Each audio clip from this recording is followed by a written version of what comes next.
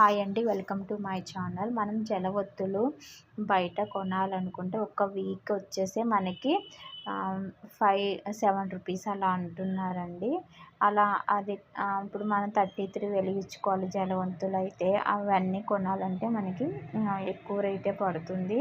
అదే మనం సింపుల్గా ఏ ఖర్చు లేకుండా ఇంటిలో హ్యాపీగా ఒక 30 మినిట్స్ వెచ్చిస్తే చాలు, చక్కగా చేసుకోవచ్చు. అలాగే మన చేతులతో స్వయంగా చేసి వెలిగిస్తే ఆనందం చాలా ఉంటుంది.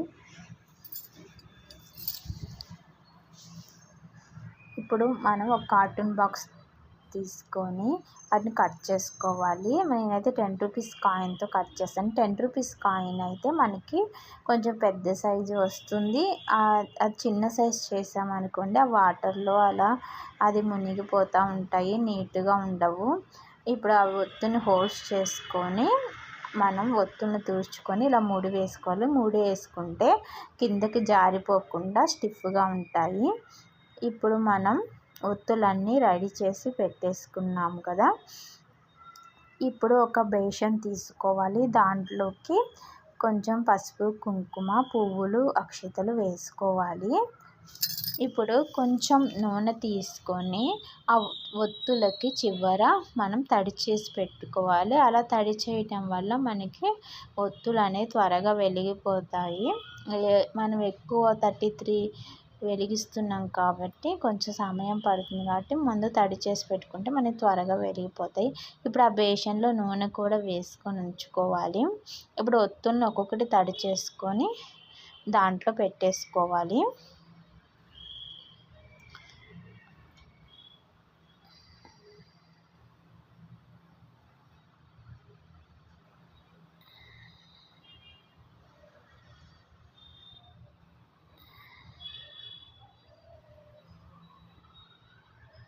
ఇలా అన్నీ రెడీ చేసుకున్నాక మనం ఒత్తుల్ని వెలిగించుకోవాలి.